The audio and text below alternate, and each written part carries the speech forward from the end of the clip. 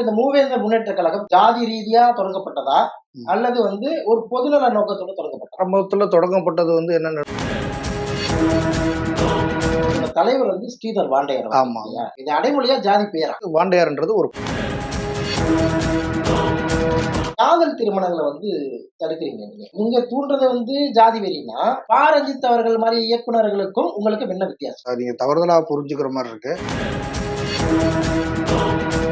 சமுதாயத்தை மாற்றத்தை உண்டாக்குன்னு சொல்றீங்க. மக்கள் அந்த மாற்றத்தை விரும்பல அப்படின்னா, நீங்க கொண்டு போற கருத்தை நீங்க கரெக்டா கொண்டு போய் சேர்க்கலையா அல்லது மக்கள் புரிந்து கொள்ளலையா?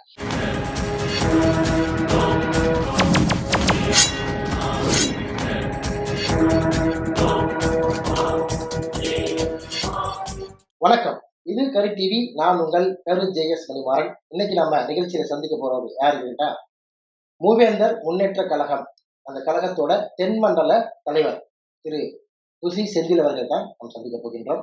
வணக்கம். வணக்கம். என்ன குசி செந்தில்?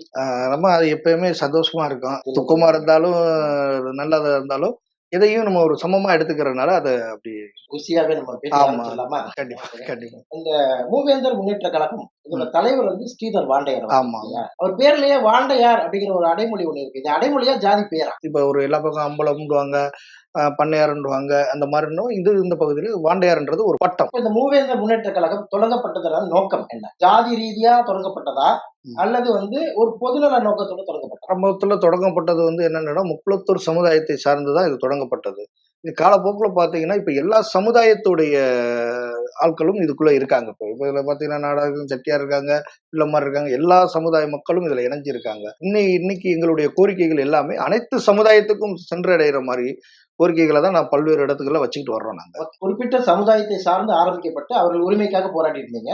இப்ப அனைத்து ஜாதிகளுக்கும் சேர்ந்து உரிமைக்காக. ஆமா, கண்டிப்பா. இப்போ நீங்க ஜாதி கட்சியில இருந்து தொடங்கி இப்ப ஒரு பொது கட்சியா மாறி இருக்கீங்கிறதுனால உங்கள்ட்ட கேள்வி கேட்கிறேன். சொல்லுங்க. இப்போ படங்கள்லாம் பாத்தீங்கன்னா, இப்ப முன்னாடி எல்லாம் படங்கள் எப்பயாவது ஜாதி படம் வர்றது ஜாதி சார்ந்து இருக்காது. அதாவது ஜாதி பெயரை சொல்ல மாட்டாங்க. இல்ல ஒரு ஜாதிக்காரன் எப்படி இருப்பானோ அவனை அப்படியே சித்தரிச்சிருக்க மாட்டாங்க. சமீப காலமாக எடுக்கிற படங்கள் குறிப்பிட்டு நம்ம சொல்லலாம், தப்பு கிடையாது. நம்ம ரஞ்சித் அவர்கள், மாரி செல்வராஜ் அவர்கள், மோகன்ஜி அவர்கள், இவங்கெல்லாம் குறிப்பிட்ட சமுதாயத்தை சார்ந்தவர்கள் அடக்கப்படுகிறார்கள் ஒரு படம் எடுத்துருக்காங்க. ஜாதி சார்ந்து எடுத்துருக்காங்க. கண்டிப்பா. இது நீங்க சரின்னு நினைக்கிறீங்களா தவறு? இது ஒரு ஜாதி ரீதியான தூண்டுதல் பண்ணிக்கிட்டு தான் வர்றாங்க. சினிமாவில் படம் எடுக்க வரல.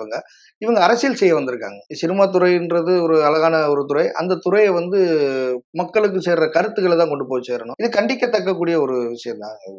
கண்டிப்பா. நீங்களும் ஒரு இயக்குனர். இயக்குனர். உங்க படங்கள்லாம் இதே மாதிரி ஜாதி வன்மம் அப்படி இருக்குமா இல்ல வேற மாதிரி இருக்குமா? அப்படி எடுக்கிறதா இருந்தா இந்நேரம் நாங்க எங்க தலைவரை முன்னிறுத்தியோ எங்க சமுதாயத்தை முன்னிறுத்தியோ 2-3 படங்கள் நேரம் நாங்க உடனே எடுத்து நாங்க ரிலீஸ் பண்ணி விட்டுருவோம். எங்களுடைய மூவேந்தர் முன்னேற்ற கழகத்துல அனைத்து தரப்பினரும் உள்ள இருக்காங்க. அப்ப நாங்க ஒரு சார்ஜ் போக முடியாதுல்ல, ஒரு விதமா போக முடியாது. அதனாலதான் நாங்க பொதுவான கருத்துக்களை மட்டும் தான் முன்னிறுத்தி வச்சுட்டு வரோம். ஆனா இப்ப நாங்க பண்ண வேண்டிய விஷயங்களை அவங்க இப்ப பண்ணிட்டு வர்றாங்க. அதை நம்ம அவங்கள நம்ம பண்ணக்கூடாதுன்னு நம்ம சொல்ல முடியாது. அதே சமயத்துல இது ஜாதி வெறி தூண்டுதலை தூண்டுறாங்க. நாங்க அமைதி. எங்களுக்கு அடுத்து வர்ற அந்த பசங்களுடைய நிலைப்பாட சொல்ல முடியாதுல்ல. அவங்கள தூண்டுறது மாதிரி தானே. ஒரு காலத்துல முன்கோபக்காரங்கன்ற பேர் எடுத்தது இன்னைக்கு படிப்பு, வேற படிப்பு, அடுத்தடுத்த துறைகள்ல நம்ம முன்னுக்கு போகணும் அப்படின்றதுக்காக எங்களை வழி நடத்துற தலைவர்கள் எங்களை வேற வழியில கொண்டு போய்கிட்டு இருக்காங்க. அதை இப்ப மறுபடியும் இவங்கள மாதிரி படங்கள், இவங்க எடுக்கிற படங்கள் இவங்களை சமுதாய வெறியை தூண்டி விடுறாங்க. பல விஷயங்களை தோண்டி விட்டுட்டு மறுபடியும் தூண்டி விட்டுக்கிட்டு இவங்க கொண்டு வராங்க. கண்டிக்கத்தக்கக்கூடிய ஒரு விஷயம். நீங்க சொல்றீங்க ஜாதி ரீதியான படம் எடுக்கிறாங்க, இவங்க வன்முறையை தூண்டுறதுக்கான விஷயங்கள் இருக்கு. வருங்கால இளைஞர்கள் இதை பார்த்து கேட்டு. ஆமா, அதைத்தான் சொல்றேன். காதல் திருமணங்களை தடுக்கிறீங்க நீங்க அப்படின்னு கேள்விப்பட்டேன். ஆமா, காதல் திருமணம் தடுக்கிறீங்க அப்படின்ட்டு. இவங்க தூண்டுறது ஜாதி வெறினா, ஏன் காதல் திருமணம்னாலே வேற்று மதத்தினரும் வேற்று ஜாதியினரும் கலந்து செய்யறதா காதல் திருமணம்? அந்த காதல் திருமணத்தை நீங்க எதிர்க்கிறீங்கன்னா அந்த ரஞ்சித் அவர்கள் மாதிரி இயக்குனர்களுக்கும் உங்களுக்கு என்ன வித்தியாசம்? நீங்க தவறுதலா புரிஞ்சுக்கிற மாதிரி இருக்கு. நாங்க காதல்ல எதிர்க்கல. நாங்க நாடக காதல் பண்றாங்க. நாடக காதல் இப்ப நாங்க எங்களுடைய சமுதாயமே எடுத்துக்கங்க. எங்களுடைய சமுதாயத்துல பிறக்கிற பெண் குழந்தைகளை நாங்க பெண்ணா பாக்குறது இல்லை, ஒரு தாயா தான் பாக்குறோம். என்னுடைய மகளா பாக்குறத விட என்னுடைய தாயா தான் நாங்க பார்த்து வளர்க்குறோம். அப்படி நாங்க வளர்க்குற பெண்கள் வந்து ஒரு கட்டத்துல வந்து அது தவறான வழியில போயிருதுங்க. போது நம்ம பிள்ளை வாழ்க்கை கெட்டு போச்சேன்னு சொல்லி தட்டி கேட்க போகும்போது, அது எங்கேயோ ஒரு 1, 2 இடங்கள்ல ஆணவ கொலைன்ற மாரி அது மாறிருது. இத தடுக்கிறதுக்கு வந்து இப்ப அரசும் பல்வேறு நடவடிக்கை எடுத்துக்கிட்டு வர்றாங்க. இந்த நாடக காதல தடுக்கிறதுக்கும், இந்த ஆணவ கொலைகள் தடுக்கிறதுக்கு. இதுக்குத்தான் நாங்க எங்களுடைய இதுல இருந்து நாங்க சொல்றது என்னன்னா, பெண்களுடைய திருமணங்கள பெற்றோர் சம்மதத்தோட நடக்கட்டும். பெற்றோர் சம்மதத்தோட நடக்கணும்ன்றீங்க இல்லையா? தன்னுடைய கணவனையோ அல்லது மனைவியையோ தேர்ந்தெடுக்கக்கூடிய உரிமை ஒருவருக்கு இல்லைங்கிறீங்களா? யாருக்கு? பெண்கள். பெண்களுக்கும் ஆண்களுக்கும் இல்ல இருக்கு, இல்லைன்றீங்களா? இருக்கு, இருக்கு. அதத்தான் நான் சொல்றேன்ல. காதல நாங்க எதிர்க்கல. நீங்க காதலிங்க. அதுவும் உங்கள நாங்க எதிர்க்கல. காதல நாங்க எதிர்க்கல. அதுவும் முறையா பெற்றோர்கிட்ட சொல்லி, அவங்களுடைய சம்மதத்த வாங்கி, அவங்க மூலியமா முடிச்சீங்கன்னா, நாளைக்கு நல்லது கெட்டதுன்னு வரும்போது ஒரு பிரச்சனைகள் வராது. உங்களுடைய லைஃப் சுமூகமா போகும். 2 வருஷம் வாழ்ந்துட்டு, அப்புறம் அவங்களுக்குள்ள சின்ன சின்ன மன வருத்தங்கள், சின்ன பிரச்சனைகள் வருது. பின்னாடி அவங்களுக்குள்ள இது வருது. நீங்க பெற்றோர்களோட சம்மதம் தெரிவிக்காதனால தான், அது அது மாப்பிள்ளை யாரு என்னன்னு பார்க்காதனால தான் பொண்ணுங்க வாழ்க்கை கெடுகிற காரணம். அதனால தான் நாங்க அரசுட்ட மறுபடியும் வலியுறுத்துறது என்னன்னா, பெண்கள் திருமணம் பெற்றோர் சம்மதத்தோட நடந்தால், இந்த மாரி பிரச்சனைகள் வராம நம்ம தடுக்கிறது. காதலிக்கிறது தவறு இல்ல. காதலிச்சா பெண் பிள்ளைகள் வந்து தன் வீட்ல சொல்லி யார காதலிச்சாங்களோ அவங்களுக்கு ஆமா, கல்யாணம் ஆமா. பண்ணிக்கலாம். தப்பு கிடையாது. கண்டிப்பா, கண்டிப்பா. பெண்கள் வந்து ஒரு பொக்கிஷமா தான் பார்க்க நெனைக்கிறோம். அதான் நீங்க சுத்தமா பொக்கிஷமா என்ன சொல்றீங்க? பார்க்கறனால தான் நாங்க அத கண்டிப்பா. பாதுகாக்கணும்னு நெனைக்கிறோம். சுத்தமா என்ன சொல்றீங்கன்னா, பெண்கள் வந்து காதலிக்கிறது தவறு கிடையாது. காதலிச்சு தன்னுடைய வீட்ல சொல்லி முறைப்படி அவர ஆ மாப்பிள்ளை பார்த்து அவ்வளதான், எப்படி அவ்வளதான். வந்து ஒரு சமுதாயத்துல பார்த்தாலும், ஆ. ஒரு வீட்டோட சம்மதத்தோட கல்யாணம் பண்ணிக்கணுமோ, அந்த மாரி கண்டிப்பா. கல்யாணம் பண்ணிக்கணும்னு சொல்ல இப்ப வர்றீங்க. நீங்க படங்கள் பார்க்குறீங்க, நாடக காதல்ன்ற மாரி கொண்டு வர்றாங்க, எல்லாம் பண்றாங்க. அந்த நாடக காதல்ன்றது என்னன்னு கேட்டீங்கன்னா, ஒரு சமுதாயத்தை சார்ந்த சில அரசியல் சில நிர்வாகிகள் என்ன பண்றாங்கன்னா, இத வச்சு ஒரு வியாபாரமா பண்றாங்க. காதல் திருமணங்கள வச்சு ஒரு சில சமுதாயங்கள் இது பண்றாங்க. அதத்தான் அழகா அவரு சொல்லியிருப்பாரு. ஒரு படத்துல கூட சொல்லியிருக்காங்க. நாடக காதல்ன்ற மாரி. இந்த மாரி நெறைய நடக்கிறது. எல்லா சமுதாயத்துக்குள்ளயுமே இது இப்ப என்னோட சமுதாயத்துக்காக நான் பேசல. பிறர் சமுதாயத்தை சேர்த்து தான் நான் பேசுறேன். கண்டிப்பா நீங்க திரைப்படத்துல சொல்றது தவறுன்றீங்க. அதே ஆ நான் சொன்ன ஒரு மோகன்ஜி அவர்கள் தான் இந்த நாடக காதல எடுத்து ஆமா, சொல்றாங்க. அது மாரி சொல்லியிருக்காங்க கரெக்ட்டா இருக்கு. ஆ உண்மையில நடக்குதுன்றீங்க. ஆமா, ஆமா. நடக்கிற விஷயத்துல தான் அந்த திரைப்படத்துல எடுத்திருக்காரு. அதுல என்ன தவறு? அந்த தவற சுட்டி காட்டுறாரு. இப்ப நான் என்ன சொல்ல வர்றேனோ, அதத்தான் அவரு மோகன்ஜி வந்து அவரு சுட்டி காட்டியிருக்காரு. பா. ரஞ்சித், மாரி செல்வராஜ் போன்றவங்கலாம் என்ன பண்றாங்கன்னா, ஒரு சமுதாயத்தை சார்ந்தவங்க இவங்கலாம் கெட்டவங்க. நாங்க மட்டும் தான் நாங்க இது பண்ணோம் அப்படின்ற மாரி கொண்டு வர்றாங்க. ஆனா அதே திரைப்படங்கள்ல பார்த்தீங்கன்னா, வன்முறைய அவங்க தான் கையாளுறாங்க. வர்ற ஜெனரேஷன் வந்து இப்படி எப்படின்னு கேட்டீங்கன்னா, இப்ப எங்கள வழிநடத்துற தலைவர்கள்லாம் இப்ப சிறுவர் வாண்டியார் போன்ற தலைவர்கள்லாம் என்ன சொல்றாங்கன்னா, இனி போற காலகட்டத்துல நம்ம பிள்ளைகள்லாம் படிக்கணும், நல்லா இருக்கணும். எல்லா சமுதாயத்தையும் அரவணைச்சு நல்லா பண்ணணும் அப்படின்னு சொல்லி தான் எங்கள வழிநடத்தி கொண்டு வர்றாங்க. ஆனா எங்களுக்கு அப்புறம் வர்ற சமுதாயம் இப்ப என்னுடைய பிள்ளைகளே இருக்குங்கன்னா, இப்ப இந்த படத்த பார்க்கும்போது அவங்க கெட்டுருவாங்கல்ல. அப்போ பழைய இடத்துக்கே நாங்க திரும்ப இடத்துக்கு வர வேண்டியிருக்கு. திரும்ப அந்த இடத்துக்கு வர வேண்டியிருக்கு. அவங்க தவறா? இல்ல நமக்கு அந்த கண்ணோட்டத்துல நீங்க பார்க்குறீங்களா? ஒரு பொழுதுபோக்கு அம்சம் தான் ம், ம். ஒரு திரைப்படங்கிறது. ம், அதே மாரி ம். ஒரு கலைஞர்களுக்கு வந்து தனக்கு என்ன தோணுதோ அத திரையில கொண்டு இல்ல வர உரிமை இருக்கு. இப்ப மோகன்ஜியுடைய படங்கள பாருங்க. நடக்கிற விஷயத்த சொல்றாரு. இப்ப நானும் நீங்களும் பேசுறோம்ன்றோம்னா, அந்த விஷயத்த வெளிப்படையா சொல்றதுனால தப்பு கிடையாது. ஆனா நமக்குள்ள ஒண்ணுமே நடக்காதத நடந்த மாரி காட்டுனா அது என்ன அர்த்தம்? ஒரு கலைஞர்னா ஒரு கற்பனை இருக்கும். நீங்க கண் இருக்க கலைஞரா இருக்கீங்க. உங்களுக்கு கற்பனை தான். எல்லாமே நடந்த விஷயம் எடுக்க ம். முடியாது இல்லையா? காலங்கள் கற் மாறுதுல்ல. ஆமா. காலங்கள் மாறுது. எல்லாரும் திருத்தப்பட்டுருக்காங்க. எல்லாரும் இல்ல, இல்ல. அவர் கற்பனைய நம்ம எதுவும் தவறா எடுத்துக்கலாமா? ஏன்னா பொழுதுபோக்கா பார்த்துட்டு போலாம்ல அ திரைப்படத்த. அது தொடர்ந்து அதே கற்பனையா வருதுல்ல. அத பாருங்க. அடுத்தடுத்த படங்கள் அவர் எடுத்த எல்லா படங்களையும் பாருங்க. அதே தோணியில வர்றாரு. ஒரு ஒரு படத்துல வந்து பெற்றோர் பாசத்த சொல்லுங்க. ஒரு படத்துல காதல சொல்லுங்க. ஒரு படத்துல ஆக்ஷன் ஃபிலிம் வேற மாரி பண்ண சொல்லுங்க. நீங்க வந்து தொடர்ந்து ஒரு சமுதாயம் சார்ந்தே பண்ண வர்றனால தான் நாங்க அத சொல்றோம். இப்ப நான் சொல்றேன். என்னோட சமுதாயத்துக்காக நான் பேசல. எல்லா சமுதாயத்தையும் சேர்த்து தான் பேசுறேன். அப்ப அந்த மாரி இதுக்கு வாங்க. பொது நிலைக்கு வாங்க. நீங்க தானே பொது உடைமைன்றீங்க. அப்ப பொது உடைமைக்கு வாங்க. இப்போ வந்து மூவேந்தர் முன்னேற்ற கழகம். ஆமா, இப்போ வந்து பார்லிமெண்ட் எலக்ஷன் வருது. இந்த ஆமாங்க. எலக்ஷன்ல தனியா நிக்க போறீங்களா? இல்ல யாரையாவது கூட்டணி நிக்க போறீங்களா? அது வந்து எங்களுடைய தலைவருடைய முடிவுல தான் இருக்கு. அது எங்க தலைவர் வந்து ஒரு ஆலோசனை பண்ணி, மாநில நிர்வாகிகள வச்சு ஒரு ஆலோசனை பண்ணுவாரு. அவர் பண்ணிட்டு அதுக்கப்புறம் முறையா அத நாங்க ஆலோசனை. வெளியிடுவோம். ஆமா. அத இப்ப நம்ம வெளிப்படுத்த முடியாது. நீங்க கட்சி ஆரம்பிச்சு இது எத்தனை வருடங்கள் ஆகுது? இது ஒரு 20 வருடங்களுக்கு மேல ஆகிவிட்டது. 20 வருடங்கள்ல நீங்க வந்து உங்க கட்சி சார்ந்து ஒரு எம்எல்ஏ இல்லன்னா ஒரு பாராளுமன்ற உறுப்பினர் அப்படி யாராவது போயிட்டாங்களா? இல்ல இதுவரைக்கும் இல்ல. எங்க சமுதாயத்த சார்ந்தவங்க மாற்றுக் கட்சியில இருந்து போயிருக்காங்க. ஆனா எங்களுடைய சமுதாய அமைப்புல இருந்து எங்களுடைய கட்சியில இருந்து இன்னும் இது போகல. பண்ணல. அதுக்கு என்ன காரணம்னு நினைக்கிறீங்க? அது அவ்வளோதான். மக்களுக்கு புரிதல் இல்லைன்னு தான் சொல்ல முடியும். இப்பதான் பணம் ஓட்டுக்கு பணம்ன்ற மாரி வந்துருச்சு. அந்த இடத்துல இது பண்ணிடுறாங்க. நாங்க என்ன நல்லது செய்ய வந்திருக்கோம்ன்றது மக்களுக்கு தெரியணும்ல. அவங்களுக்கு தெரிஞ்சு அது புரிதல் வரும்போது கண்டிப்பான எங்களுக்கான ஒரு இடம் இருக்கும்ன்றத இங்க ஜனநாயக உரிமை இல்லை. பணம் கொடுத்தா ஓட்டு போடுற மாதிரி வாக்கு செலுத்துற முறை வந்துருச்சு. அப்படிதான் இப்ப திராவிட கட்சிகளை கொண்டு போய் சேர்த்துட்டாங்க. அந்த மாதிரி ஆயிருச்சு. அது வந்து நீங்க என்னதான் உழைப்பு போட்டாலும் 5 வருஷம் நம்ம ஒரு ஒரு பகுதியில உழைச்சிட்டு வந்தாலும் அந்த கடைசி நேரத்துல யார் பணம் கொடுக்குறான்ற மாதிரி தானே வந்துருது. பணத்தை நீங்க இன்னைக்கு ஒரு ஓட்டுக்காக 5 வருஷத்துக்கு ஒரு ஒரு அமௌண்ட்டை வாங்கிட்டு ஒரு சின்ன காசை வாங்குறோம். அது 5 வருஷத்துல எவ்வளவு தூரத்துக்கு உங்களுக்கு விலைவாசி ஏறுது, எவ்வளவு பிரச்சனைகள் இருக்கு, அதெல்லாம் பார்க்க மாட்டாங்க மக்கள். அதை வந்து அதை மக்கள் வந்து ஒரு நல்ல மனிதனான்னு தேர்ந்தெடுத்தாங்கனாலே அது ஆட்டோமேட்டிக்கா மாறிடும். அது இப்ப வந்து உங்க கருத்துக்கள் போய் சேரல மக்களுக்கு இல்லையா? இல்ல நாங்க கொண்டு போய் சேர்த்துக்கிட்டு நீங்க இருக்கோம். வந்து வாக்குக்கு பணம் செலுத்துறாங்க, அது வாங்காதீங்க, பணம் வாங்காம வாக்களிங்கன்னு சொல்றீங்க. சமுதாயத்தை மாற்றத்தை உண்டாக்குன்னு சொல்றீங்க. மக்கள் வந்து அந்த மாற்றத்தை விரும்பல அப்படின்னா, நீங்க கொண்டு போற கருத்தை நீங்க கரெக்டா கொண்டு போய் சேர்க்கலையா? அல்லது மக்கள் புரிந்து கொள்ளலையா? மக்கள் புரிந்து கொள்ளலாம் சொல்ல முடியாது. அதே சமயத்துல நாங்க கொண்டு போய் சேர்க்கலைன்ற விஷயத்தையும் சொல்ல முடியாது. என்னன்னு கேளுங்கன்னா, நாங்க மக்களோட மக்களா இருக்கிறனால தான் அவங்களுக்கு அது பக்கத்திலேயே இருக்கிறோம்ல. நாங்க பக்கத்துல இருக்கோம். மக்கள் சொன்ன உடனே ஒரு பிரச்சனைக்கு போய் முன்னாடி போய் நிக்கிறோம். நல்லது கெட்டதுல நாங்க முன்னாடி நிக்கிறோம்ல. பக்கத்துல இருக்கும்போது அதோட அருமை தெரியாதுன்னு சொல்லுவாங்கல்ல. அந்த மாதிரி நாங்க பக்கத்துல இருக்கிறனால தூரத்துல இருந்து வர்ற ஒரு விஷயம் பெருசா தெரியுது. அது காலப்போக்குல மாறும்ன்ற ஒரு நம்பிக்கையில நாங்களும் போய்க்கிட்டு காலப்போக்குல மாறும்னா ம். நம்ம தான் மாத்தணும். மாற்றத்தை உருவாக்குறதுக்கு ஒருத்தர் இருந்தா தான் மாற்ற முடியும். கண்டிப்பா, இல்லையா? அந்த கண்டிப்பா. மாற்றத்தை கொண்டு வருவதற்காக நீங்க என்ன வந்து முயற்சி பண்றீங்க? மாற்றத்தை கொண்டு வர்றதுக்கு பல்வேறு முயற்சிகள் பண்ணிக்கிட்டு இருக்கோம். நாங்க எங்களுடைய முதல் விஷயம் வந்து என்னன்னு கேட்டீங்கன்னா, மக்களுக்கு நலத்திட்ட உதவிகள நிறைய பண்ணி கொண்டு வந்துகிட்டு இருக்கோம். ஒரு அதிகார துஷ்பிரயோகம்ல வந்து ஒரு சில கட்சிகள் வந்து சில அராஜகம் பண்ணுவாங்க. இப்போ ஒரு கடைகள்ல போறாங்கன்னு வச்சுக்கங்களேன், ஒரு அதிகமா போன ஒரு ரேஷன் கடையில இந்த இது மாரி பவுஸ் வாங்குறாங்க, அது ஒரு பிரச்சனை பண்றாங்க அது மாரி. அதெல்லாம் நாங்க வந்து எதிர்த்து குரல் கொடுத்து வந்துகிட்டு இருக்கோம். ஒரு சில இடங்கள்ல நாங்க ஏத்துக் கொண்டு வந்துகிட்டு இருக்கோம். ஒரு ஆளுங்கட்சியா இருக்கட்டும், எதிர்க்கட்சியா இருக்கட்டும், அவங்களுடைய சில அராஜக போக்குகள நாங்க கண்டிச்சுக்கிட்டு வந்துகிட்டு தான் இருக்கோம். ஒவ்வொரு இடத்துலயும் கொண்டு வர்றோம். அதேபோல மக்களுக்கு தேவையான விஷயங்கள போராடி பெற்றுக் கொண்டுகிட்டு இருக்கோம். சில ஆர்ப்பாட்டங்கள் நடக்கிறது, போராட்டங்கள் பண்றோம்.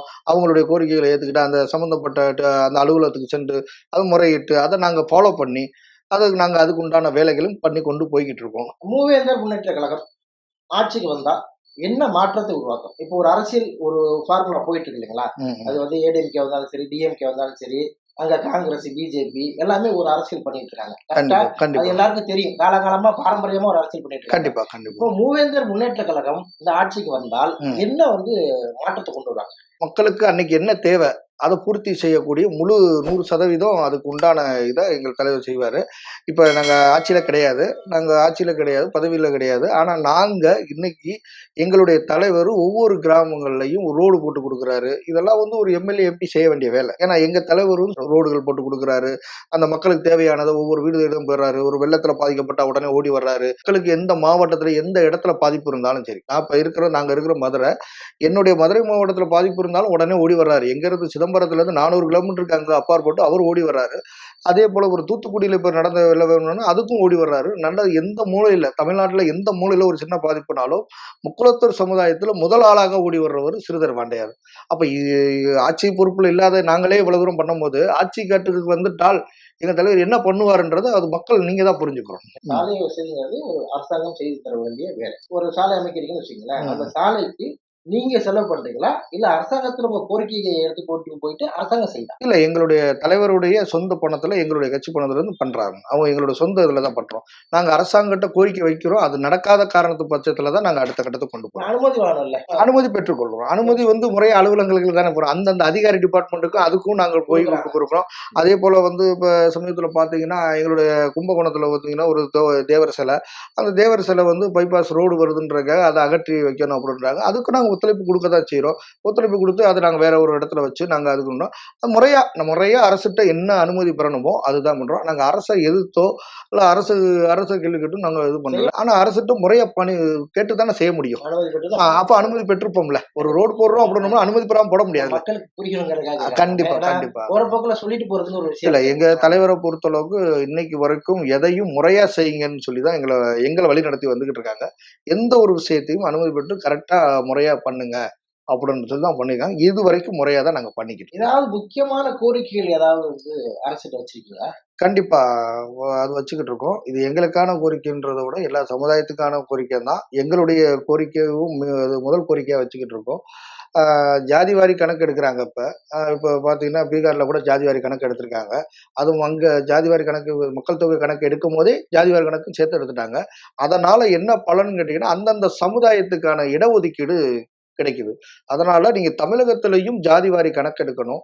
அந்த ஜாதிவாரி கணக்கெடுத்து எங்களுடைய சமுதாயத்துக்கான இடஒதுக்கீட எங்களுக்கு முறையா பெற்றுக் குடுக்கணும். 2வது வந்து என்னன்னு கேட்டீங்கன்னா, இன்னைக்கு சென்னையில பார்த்தீங்கன்னா, விமான நிலையம் உள்நாட்டு, வெளிநாட்டு விமான நிலையங்களுக்கு கர்மவீரர் காமராஜருடைய பெயரையும், பேரறிஞர் அண்ணாவுடைய பெயரையும் சூட்டியிருக்காங்க. அந்த மாரி தென் மாவட்டத்துல எங்களுக்கான உள்ள விமான நிலையத்துல பசும்பொன் முத்துராமலிங்க தேவர் அவர்களுடைய பெயர சூட்டணும்ன்றது எங்களுடைய நீண்ட நாள் கோரிக்கை. அதுக்கும் பல்வேறு போராட்டங்கள், பல்வேறு இது பெற்றுக் கொண்டு வந்து போய்க்கிட்டு இருக்கோம். அதேபோல வந்து மாமன்னர் மருதுபாண்டியர்களுக்கு சிவகங்கை சீமையில அவங்க ஆண்ட சீமையான, அங்க ஆட்சி செய்த சீமையில, அந்த ஊர்ல வந்து எங்களுக்கு சிலை வச்சு குடுக்கணும். இப்ப சென்னை தலைநகர்ல கூட முதல்வர் அவர்கள் மருதுபாண்டியர்கள் சிலை திறந்திருக்காங்க. அது வரவேற்கக்கூடிய விஷயம். அத நாங்க வாழ்த்துறோம். ஆனா அதே சமயத்துல அவங்க ஆண்ட சீமையில ஒரு சிலை இருந்தால், அதுவும் கவர்மெண்ட் அறிவித்து அதுக்கு ஒரு விழா எடுத்தால், அது அரசு விழாவா இருந்தால், அந்த மன்னர்களுக்கு செய்யக்கூடிய ஒரு விஷயங்கள். அவங்க நமக்காகன்றத விட நட்பு சில விஷயங்களுக்காக உயிர் நீத்த ஒரு தலைவர்கள். அவங்கலாம் ஜாதி பார்க்காத தலைவர்கள். அந்த தலைவர்களுக்கு அது செய்றது ஒரு ஒரு மரியாதையா இருக்கும்ன்றத ஆ நாங்க இது வச்சிருக்கோம். பல்வேறு கோரிக்கைகள் இது அதுல ஒரு கோரிக்கைகளா நாங்க அரசுட்ட சொல்லிக்கிட்டு இருக்கோம். கண்டிப்பா தமிழக முதல்வர் அவர்கள் கண்டிப்பா நிறைவேற்றுவார்ன்னு எங்களுக்கு ஒரு நம்பிக்கை இருக்கு. ஐயா தேவர் அவர்களுக்கு வந்து தேவர் அவர்கள் பேரை வந்து விமான நிலையத்துக்கு சூட்டுறது வந்து மிக சரியான விஷயம் தான். ஏன்னா கண்டிப்பா. அவர் வந்து ஒரு பொது தலைவர். ஆமா, ஆமா, அவர் ஜாதி தாராத, அதே மாரி லஞ்சம் வாங்காத, ஆமா. தன்னுடைய சொத்துக்களை தன்னுடைய சொத்து பத்து அனைத்தையும் தாழ்த்தப்பட்ட மக்களுக்காக பகிர்ந்து கொடுத்தாங்க. கொடுத்தவர். கண்டிப்பா. எப்படி வந்து காமராஜர் அவர்கள் வந்து தன்னலமற்ற ஒரு தலைவரோ, ஆமா, அதே போல் தான் தேவர் அவர்களும் ஆமா. தன்னலமற்ற தலைவர். கண்டிப்பா, கண்டிப்பா. இவங்க இருவருமே தன்னுடைய இன பாகுபாடு பார்க்காமல் கண்டிப்பா, பொதுநல தொண்டு செய்தவங்க. கண்டிப்பா. அவரோட தேவர் ஐயா பேர்ல வந்து ஆ, இந்த விமான நிலையம் வரணும் கண்டிப்பா, அப்படிங்கிறதுல எந்த மாற்று கருத்தும் இல்ல. கண்டிப்பா. இந்த கருத்தை நீங்க வந்து அரசாங்கத்துல சொல்லியிருக்கீங்க. இப்ப நாங்க இதுக்காக போராட்டங்கள் நெறைய பண்ணியிருக்கோம். நெறைய சொல்லியிருக்கோம். அரசாங்கத்துல நீங்க கோரிக்கையா வச்சிருக்கீங்க. வச்சிருக்கோம், வச்சிருக்கோம். ஏன் அரசாங்கம் செவி சாய்க்கல? அது முந்தைய இருந்த அரசாங்கங்களையும் சொல்லியாச்சு. இப்ப உள்ள அரசாங்கத்திலயும் நம்ம சொல்லிக்கிட்டு இருக்கோம். அது ஒரு இப்ப உள்ள அரசாங்கத்துல, இப்ப உள்ள முதல்வர் வந்து ஒரு முடிவு எடுப்பாருன்னு ஒரு நம்பிக்கை எங்களுக்கு வந்துருச்சு. அதுக்கு உதாரணம் சென்னையில மருதுபாண்டியர் சிலை திறப்பு விழா, வ.உ.சி. அவர்கள் சிலை திறப்பு விழாலாம் பண்ணியிருக்காங்க. அதுக்கு அடுத்தபடியா இப்ப நம்மளுடைய சிவகங்கை சீமையிலயும் ஜாதிவாரி கணக்கெடுப்பதையும், எங்களுக்கு இந்த தேவர் பேரை வைக்கிறதையும் எங்களுக்கு செஞ்சு குடுப்பாருன்ற ஒரு நம்பிக்கையில இருக்கோம். கண்டிப்பா செய்வாருன்ற ஒரு இது இருக்கு. இப்ப பல்வேறு விஷயங்கள் பேசணும். நம்ம வந்து அரசியல் பத்தி பேசணும். திரைப்படத்தை பத்தி பேசணும். இப்போ பர்சனலா உங்கள்ட்ட ஒரு கேள்வி. திரைப்படத்துல ஒரு இயக்குனரா இருக்கீங்க. கண்டிப்பா. அப்ப என்ன முயற்சி போயிட்டு இருக்கு? என்ன போய்க்கிட்டு இருக்குன்னா, நான் 2014ல ஒரு படம் பண்ணியிருக்கோம் நம்ம. ஒரு படம் பண்ணி ரிலீஸ் பண்ணியிருக்கோம். படம் பேர் சொல்லாம. ஆமா. மதுரை விடிஞ்சா போச்சுன்னு ஒரு படம் பண்ணியிருக்கோம். ரிலீஸ் பண்ணியிருக்கோம். இப்ப அடுத்தபடியா படம் முடிச்சு வச்சிருக்கோம். அண்ணா நிலையம், மதுரை அண்ணா நிலையம் முடிச்சு வச்சிருக்கோம். அடுத்து பயமறியாள்னு ஒரு படம் ஸ்டார்ட் பண்றோம். அடுத்த படம் ஸ்டார்ட் பண்றோம். இப்ப என்னுடைய 3வது ப்ராஜெக்ட் போய் ஆரம்பிக்கிற தருவாயில இருக்கு. திரைப்படத் துறையிலும் நாங்க பயணித்துக்கிட்டு தான் இருக்கோம். அது போக வந்து கட்சியின் பெயரில் அவ்வப்போது நாங்க நலத்திட்ட இதுகள்லாம் பண்ணிக்கிட்டு தான் வந்துகிட்டு இருக்கோம். ரொம்ப விளக்கமாவும், விரிவாவும் கேட்ட கேள்விகளுக்கு முறையான பதில சொன்னீங்க. கண்டிப்பா, ரொம்ப நன்றி. இதுதான் முதல் நான் வந்து அரசியல் சார்ந்து நம்ம கரு டிவில இருக்கிற கண்டிப்பா, முதல் நிகழ்ச்சி. அது கண்டிப்பா, உங்க நிகழ்ச்சி. கண்டிப்பா இன்னைக்கு உங்கள பேட்டி எடுத்திருக்கேன். வருங்காலத்துல மூவேந்தர் முன்னேற்றக் கழக தலைவர் ஸ்ரீதர் வாண்டியார் அவர்களையும் நான் வந்து கண்டிப்பா, விரைவில் பேட்டி கண்டிப்பா, எடுக்கணும். அதுக்கான கண்டிப்பா, ஆவணங்கள நீங்க செய்வீங்கன்னு நம்புறேன். கண்டிப்பா, கண்டிப்பா, ஓகே. கண்டிப்பா. திரைப்படம் சார்ந்து இன்டர்வியூ பண்ணியிருக்கோம். அது இல்லாம நம்ம வந்து பர்சனலா சில விஷயங்கள நம்ம பேசியிருக்கோம். இன்னைக்கு தான் முதல் முறையா அரசியல் அ ஒரு தலைவர்ட்ட நம்ம முதல் முறையா ஒரு பேட்டி எடுக்கிறோம். இந்த பேட்டி வந்து ரொம்ப நல்லா இருந்தது. தயவுசெய்து இந்த நிகழ்ச்சிய அனைவரும் பாருங்கள், பார்த்து மகிழுங்கள். அனைவருக்கும் பகிருங்கள். அது மட்டும் இல்லாம இந்த கரு டிவி சேனல்ல லைக் பண்ணுங்க, ஷேர் பண்ணுங்க. மறக்காம நம்ம சேனல சப்ஸ்கிரைப் பண்ணுங்க. நன்றி. கரு டிவி நேயர்கள் அனைவருக்கும் எனது நன்றியை தெரிவித்துக் கொள்கிறேன்.